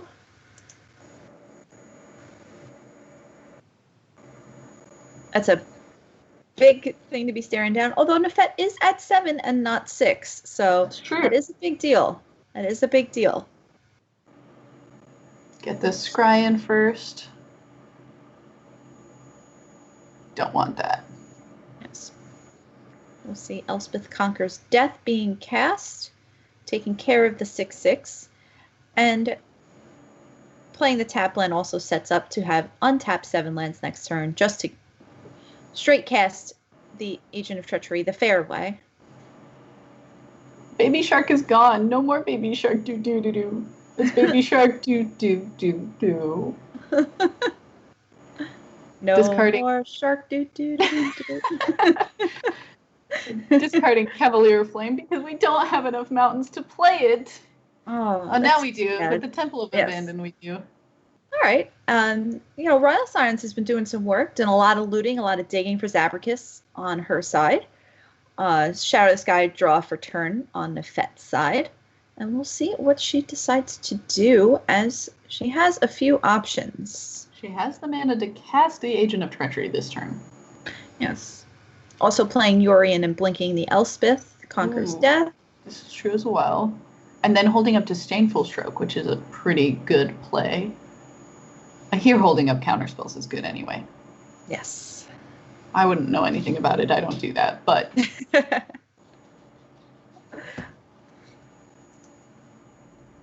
I mean, I do believe Nefet said in her slide that her ideal deck was like 10 counter spells, 10 removal spells, board wipes, card draw spells, and like 2 win conditions. Mm-hmm. I was like, so that's fair. We'll see a dispute from Zabricus' side on the Yorion. That will no Yorion for you. Wash. No Petmander for you. Yeah. All right, we'll see what Zabricus decides to do here. Still 4 cards in hand on her side. Sitting at a pretty healthy 18 at the moment. But we know life totals don't matter as much when you're staring down a Yorion Luca Fires deck. So, because that can change real quick. It was a little scary that the Elspeth Conquers Death has the ability to just get back the Yorion on Nefet's coming turn. Though Yorion likely not the best thing to get back when the Elspeth Conquers Death goes to yard, but it's a thing. Oh, well, there's another one. You can just draw another. That's the easier way to do it, don't you think? And now we have a 5/6 flyer. Nothing to blink, but still not the worst. 5/6 flyer's not too bad, I hear. And we'll see Zabricus tried casting a Cavalier Flame that got Disdainful Stroke, so Nefet no longer having any counters in hand.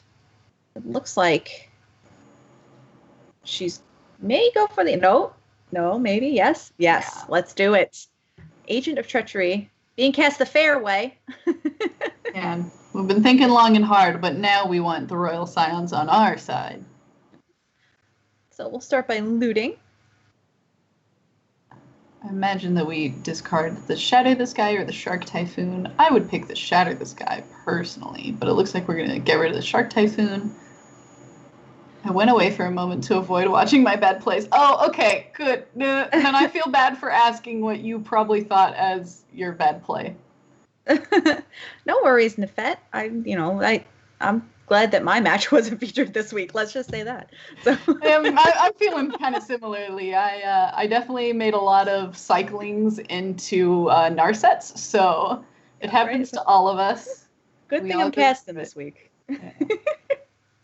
Now, I actually thought that because discarding the Shark Typhoon, Nefet wants answers for a Shifting Ceratops being at 7 life and not being able to block with either creature at the moment, so that could be dangerous. Questing Beast, another formidable threat. Formidable threat with Death Touch, doesn't care how big your thing is, just wants to slam in there. Yes. Ooh. With Embercleave. Even bigger. Oh my. And gets to kill the Royal Scions. Ooh, and take down Nefet. Oh. That was a tough one, but congrats to Zabricus on the victory. Congrats indeed to Zabricus. Sorry, Nefet. That was a rough one, but it happens to all of us. We all kind of end up getting in our own head. We all get scared of the counter spells. And I think you played fantastic, honestly. The first game especially, and again, every time somebody like uses Urian to blink fires and then do a third spell in a turn, I'm just like, wow, I would have never thought of that. You played very impressively and you did very well. Yes, kudos to you, Nefet. All right. And looks like we're going to be going into our last match here. You're nice too, Nefet, please. Oh, you're a doll. I love it. And now that caster cams aren't there, I did a hand heart. Just imagine that it's there. It's fine. All right, for our last match of the day. Yeah. Nicole can confirm I gave you a hand heart. And we all go through it. All right, so our last match is going to be Annabellius versus Angel of Grace. Do you want to take us through these lists, Nicole? Oh, absolutely. We have a pretty stock Borocycling list here. I believe you said that you played cycling? I did play cycling in week 1, yeah. It seems like... Oh, yes.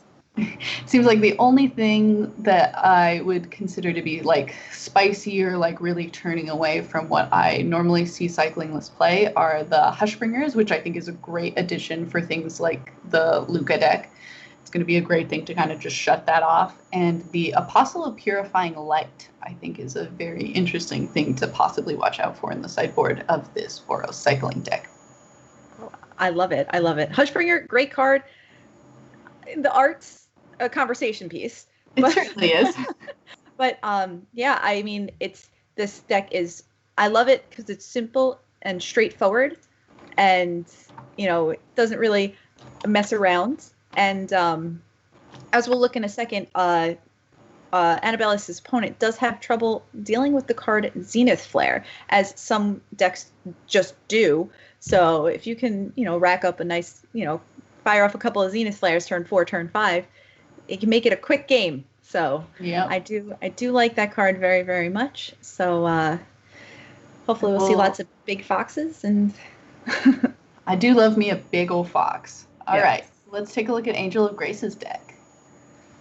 All right, Angel of Grace is playing Girlfriends, which is a teamer kind of ramp style deck that is playing both Nissa and Chandra Awakened Inferno, the girlfriends themselves. I love it. It's adorable. I know, it's great. I definitely smiled when I was reading her name for her deck, for sure. I love that answer about the Kit Kat. Whatever makes you happiest. That is the correct way, in my opinion, as well. Well, I actually said I don't like Kit Kats, so I was like, just buy Milky Way instead. Oh, wow. That's a hashtag hot take. Yeah. I've never heard one. All right. Yes. Is there anything interesting in the sideboard that you're seeing here? Definitely Narset. We love our Narsets. We love our Flame Sweeps. We're going to have to get both of those in stat. Mm-hmm. So I think it's also interesting to see the Tail's End. I think that Tail's End is kind of coming into a lot of decks as a way to answer the Luca-style decks that are just pulling out Agent of Treachery from their deck. Mm-hmm. It's interesting to see the Plains and Tolsimir. I do, yes. In case we just need to gain a little bit of life and have Voya fight some other little pesky cards from our opponent's side. That's a little option that we have, and I think it's a cute addition to the deck. I agree. What are your thoughts on Soul Guide Lantern in the side? It's very good against the cycling deck. So you mentioned that we were going to struggle against Zenith Flare. Soul Guide Lantern is a great answer to Zenith Flare in get rid of your whole sideboard, and now you have no cards with cycling in your graveyard for Zenith Flare to look for. So it is very helpful to have these Soul Guide Lanterns that I am for sure will be coming in to be our answer to a big Zenith Flare. Wonderful. And let's go ahead and go into our last match. Yes. Get this underway. All right, we will be watching. Ooh, we get to see hand cams this game. Woo! Oh, look at that. We're going to be watching both sides of this game. Both sides. But we'll be slightly more watching from Annabellius' side and being able to also look at the hand of Angel of Grace. Yes. Angel of Grace on the play this game. And we'll see the turn 1 Fox from Annabellius, the nefarious turn 1 Fox. That is the best start for the cycling deck. You always want a Fox. Fox is great. And we'll see what we decide to do as far as our colors that we're going to play out. What are we going to cycle first? Looks like, yeah, get rid of those blue cards that aren't even anything that we could possibly cast in our deck. Throw those away. Sadly, draw some more lands. That would not be an ideal thing to see. Yeah, like when you're in the cycle deck, they think they can play less lands because you see so many cards. So it kind of feels bad when you get a little flooded. Yeah, exactly. Most of the Boros cycling decks are only playing 18 lands. So you're just hoping that those 1-mana cyclers are the things that allow you to just keep on going and draw you lands, not draw you only lands. Yes. Although it does look like Annabellius is playing 18 lands as well. Mm-hmm. But I mean, to have a 6/6 Angel of Grace already down to 11. That's true. And a Wilderness Reclamation in play is no joke and could make this Expansion Explosion very scary next turn, though. Ooh, this is a little spooky. I can feel it. I can feel the Brazen Borrower returning the poor Fox to our hand, and I don't like it. Oh. Wait, do we have... Oh, we don't have blue mana. Never mind. No, but we get a blast zone. We have a blast zone, though. So the Fox is getting answered one way or another, just not in the way that I had anticipated. Exactly. I saw the stop in our upkeep, and I was like, oh no, it's getting returned. We're going to follow it up with another Fox. What's better than 1 Fox? 2 Fox. Mm-hmm. 3 Fox, 4 Fox. I don't remember the rest of the Dr. Seuss rhyme. Angel of Grace shocking down to 9. Now that's Zenith Flare already on 6. So yeah, Zenith Flare is looming, but a second Reclamation is definitely scary, especially with the Expansion Explosion that we can see in hand. Yes. So we'll see a double untap from Angel of Grace. Let's see what she decides to do with all this mana. I feel like I can smell a big explosion, though maybe it's just a big shark typhoon. Who knows? Maybe we'll start off with just... Oh, nope, yep, we're just going to make a big old shark. Let's make a nice 4/4 flying shark and draw a card. Leaving up 2 mana. Flying shark, do. Is this one a daddy shark? Spiral. At a 4/4, does it become Daddy Shark yet? When is it? When is it each different level? Right. Or are they all just flying shark? Right. I mean, I wouldn't want to get close enough to a flying shark to figure out if like. I'm not going to ask it any questions. I'm just going to let it be its shark self. Yeah, I certainly wouldn't either. All right, this is a little spooky. We could cycle 1 card and go for the kill with the Zenith Flare. And I would imagine that's what we try to do. We are cycling the Stinger. You left the first time that we started singing that, apparently, Nefet. Oh, so if you missed it, shouldn't we sing it again for you? Yeah, we're just catching you up for when you left. That's all. Get you up to speed. And the 4/4 Flourishing Fox going into the red zone, being blocked by the Flying Shark. We'll see Healer gets cycled. And a Brazen Borrower now will bounce the fox. Poor fox. Poor little fox. Ooh, what's better than one Zenith Flare? 2 Zenith Flares. We got to get out of combat to play this Valiant Rescuer, though. I was like, wait, why can't she cast it? Yeah, we just got to get out of combat. I do that all the time.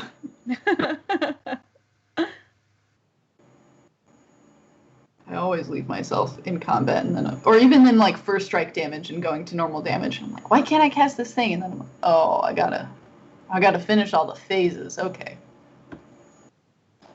All right. Let's see what Angel of Grace will decide to do. 2 Wilderness Reclamations in play, but not a ton of lands, which is a little probably nice on Annabelius's side to look at, but still a little spooky. This shark hitting for 4 is definitely going to do a bit of damage to help get us in some expanding, exploding range. Yes, and we'll see the Wilderness Reclamation. Triggers go on the stack. Angel of Grace will tap her lands, untap her lands, and then retap her lands. That is the way of the Reclamation deck. Yes. So much tapping and untapping.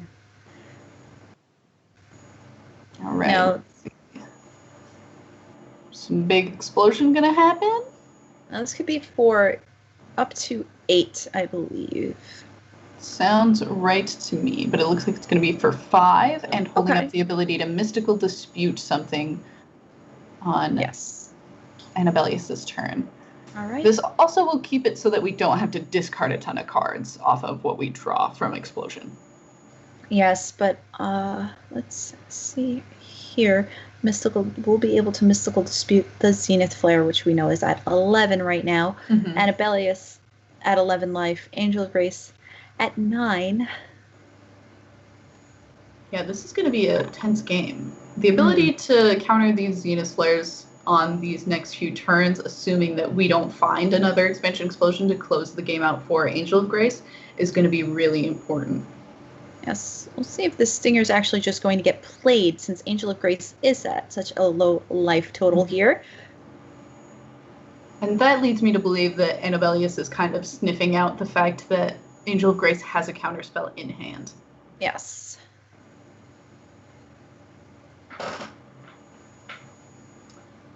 Valiant Rescuer and the 1/1 get into the red zone. Valiant Rescuer is one of the best 2-mana 3/1s that we've seen in a long time. Yes, it is definitely a very good 2-drop in this format. They will get across, bringing Angel of Grace down to 5. Annabelius will shock down to 9. Interesting. All right. So she is saying, if you try to do anything else and tap out, I will flare you. That's the message I'm getting. So 4 lands out of 5 draws. Oof, that's certainly true. Yes. Though, considering how much of this game Angel of Grace spent without making land drops, it kind of makes sense that they had to be somewhere. Yes, and there are cantrips in Growth Spiral and Shark Typhoon in Angel of Grace's hand. Mm-hmm. The Flying Shark 4/4 will get across, bringing both of our parties down to 5 life. And then we're going to see a Growth Spiral. What do you think Angel of Grace would like to see here? The Mystical Dispute, the extra Mystical Dispute is not bad.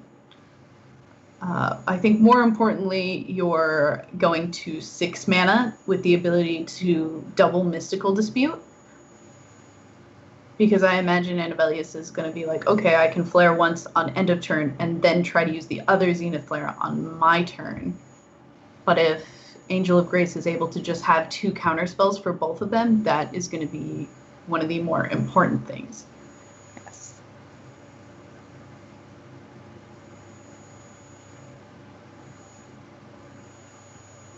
Ooh, but we do have to be careful here about how we go about doing these things.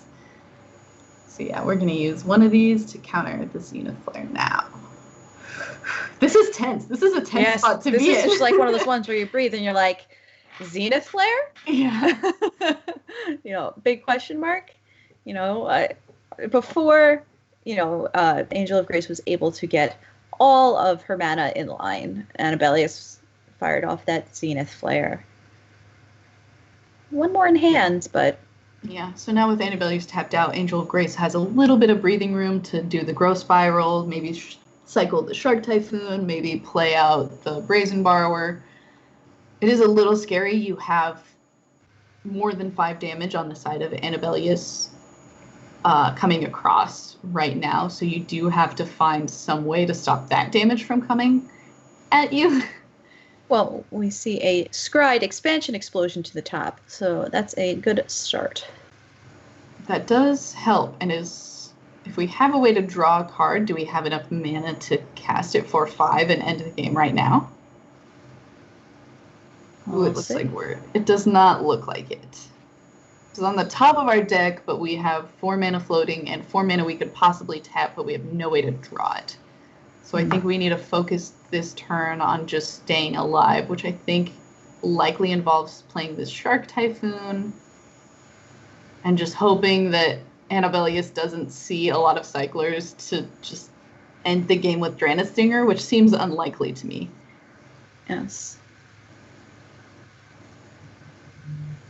Making a 1/1 shark. Little guy. Little shark. Little one. And then Growth Spiral, drawing the expansion explosion, and a Steam Vent. Alright. Still leaving up that Mystical Dispute. Yeah, but I don't think the Mystical Dispute is going to make much of a difference here now. My dog's little toe claws in the background. He walks in. Hey, so bud. Excited. What's up, bud?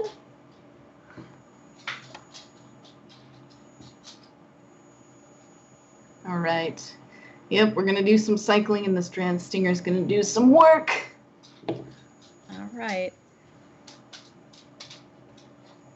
Do we get there? Okay, we're cycling. Let's see. Can't stop the cycle. Can't stop the cycle. No way to gain life. And Annabelius will take a nail biter game 1. Yeah, that was a pretty intense one. Right. Going into this next game, what do you think, since we're able to see Annabelius sideboard, what do you think are going to be some of the thought processes between stuff that's coming in? I believe these Soul Guide Lanterns probably aren't coming in, but what else can we see? It looks like Fight as One came in. Mm-hmm. Light of Hope is extra good because it's a 1 mana destroy an enchantment. Really nice. Good for getting rid of Wilderness Reclamation. But it's kind of tough. This is definitely a sideboard that doesn't seem like it's super well tuned to handle a deck like the Teamer Reclamation deck. Yeah, it looks like Annabelius is bringing in Soul Guide Lanterns. Is an interesting choice. I mean, we see Uro in the side of Angel of Grace, so I think it's always kind of okay against an Uro deck if you don't feel like you have anything else you can do. I do, as I've been playing the cycling deck, always worry about taking out a certain amount of cyclers because so much of the deck does involve around you being able to cycle, and it's synergizing with the cards that read cycling is important on the battlefield. So I always worry about taking out too many cycling cards for these other important spells. Yes, and this is open deck lists, so we play round robin here. It's you have 8 people in each division, and everybody plays each other once, and we all have open deck lists. So we know your sideboard jukes.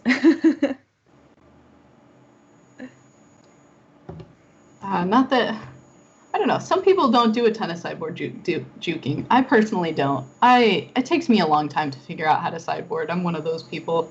Makes sense to me. Uro is likely to come in because it's one of the few life buffers. Yeah, exactly. So help keep you alive against things like Zenith Flare for sure. Yes.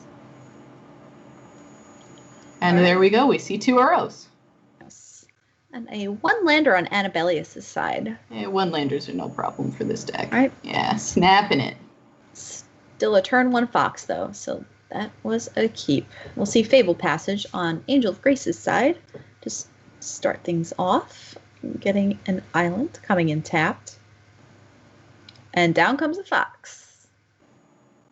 Yeah, we're on the draw on Annabelius' side, so we have a few more chances to see some land. And yeah, if you've got a Fox and some cyclers, that seems like plenty good enough reason to keep it to me, though this is maybe going to be a bit of a nail-biter to find a land. But I think you can fumble on 1 land for a turn or 2, but I never didn't have it. Exactly. I didn't just draw that, or maybe I did. There you go. And now we're attacking with a 3/3 Fox, bringing Angel of Grace down to 17. And we had a mountain, so like it's all coming up aces for Annabelius. Yes. But here's Uro, the life buffer that you were speaking of, coming down, bringing Angel of Grace back up to 20, putting an extra land in play, and going to the graveyard. Mountain in play off of the Uro 2, and we're just gonna go ahead and do the cycle thing. Do what the deck does. It's namesake, and then there's the Zenith Flare. Just all coming together. Yep. Cycle 3 more cards. Bring that Flourishing Fox up to a 6/6. And bring Angel of Grace back down from 20 to 14, passing the turn back. Speaking of life buffers, we are also seeing the Tulsimir came into the deck, and we saw that Angel of Grace has the Plains and the Tulsimir as the only white source and spell in her sideboard.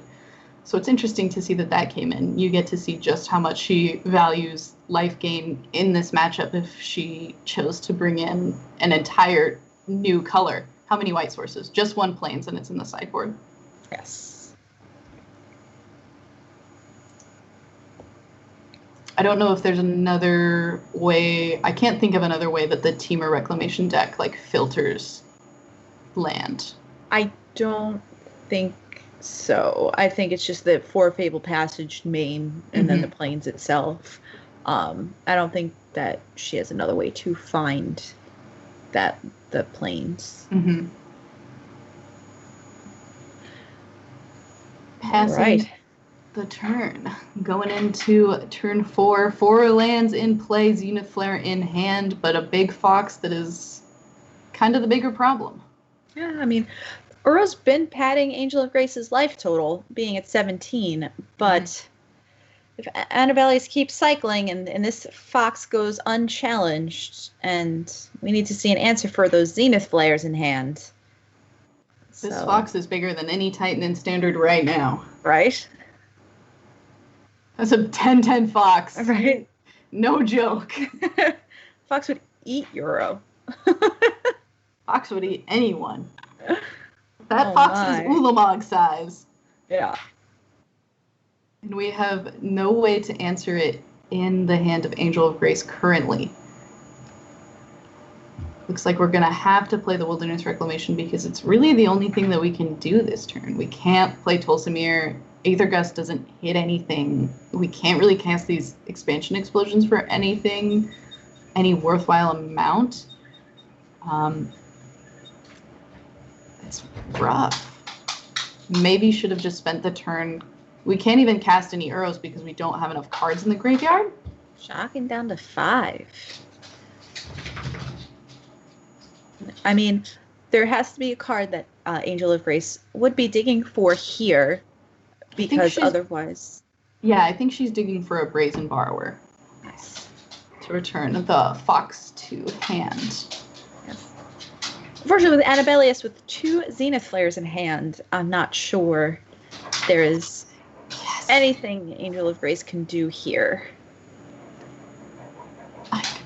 I don't know if you can hear my dog. He's breathing in my armpit. Oh, he's as excited as I am about Annabelius taking it down. Are you excited about the big 10-10 Fox? I know the Big 10-10 Fox is very exciting, isn't it? Yes, I know.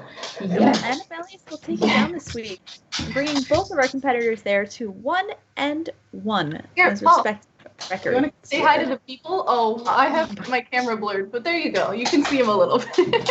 He is precious. He's very excited about the Big 10-10 Fox. What can I say? That be? That 10-10 Fox just won the game. Just won the match. Very exciting. So, all right. That's fantastic. That was wonderful. Well, we'd like to thank everyone for joining us this evening. Yeah, that was our final match. Make sure, if you are interested in joining next season, make sure you follow Aspirant and Swagboy Gaming on Twitter. And obviously, throw us a follow here so you never miss a stream every Friday night, 9 p.m. Check out our sponsor, cardmarket.com. Best place in Europe to buy your card gaming singles and other supplies. And make sure you tune in next Friday, 9 p.m. for week 3. I believe Nefet and the Mighty Linguini will be doing coverage next week. Yep, they will be your casters for week 3 of the VML. Yes. Make sure you type in ! join VML in chat for more details. But until next week, I am Lady of the Crease.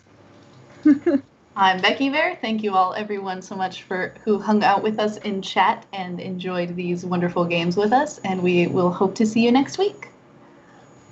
Night, everybody.